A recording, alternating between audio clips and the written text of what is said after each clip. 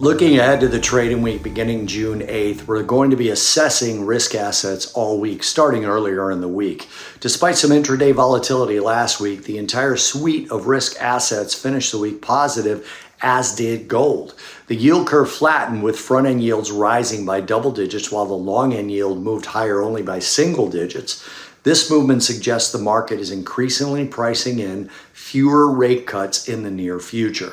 The relative strength in risk assets alongside a flattening yield curve, which is what happened last week, indicates that investors may be leaning into optimism around economic resilience. We'll be watching that as well as the CME Fed Watch Tool's reaction to this news. CPI is due out next week, and the market's expecting stronger numbers this month, both on a monthly and an annual basis compared to last month's prints. The implication of this uptick in inflation, if it materializes, is significant.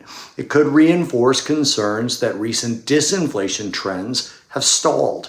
If core and headline CPI show upside surprises, it may signal that inflationary pressures are proving stickier than previously hoped. Again, it needs to be closely watched, as well as what the market does with that information, especially after the non-farm payrolls wages part was so strong.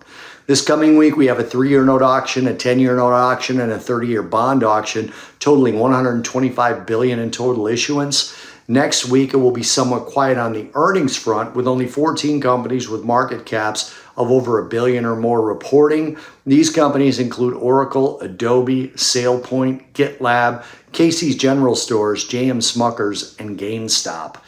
Economic data next week: Sunday night, Japanese GDP and China CPI. Monday, May consumer inflation expectations in the U.S. Tuesday, UK employment index. Wednesday, we get the US CPI that I mentioned, and Japanese BSI, large manufacturing conditions. Thursday, UK GDP and industrial production figures, and another round of jobless claims in the US. And Friday, we get EU industrial production, German CPI, and the University of Michigan's preliminary June release for consumer sentiment and consumer inflation expectations data.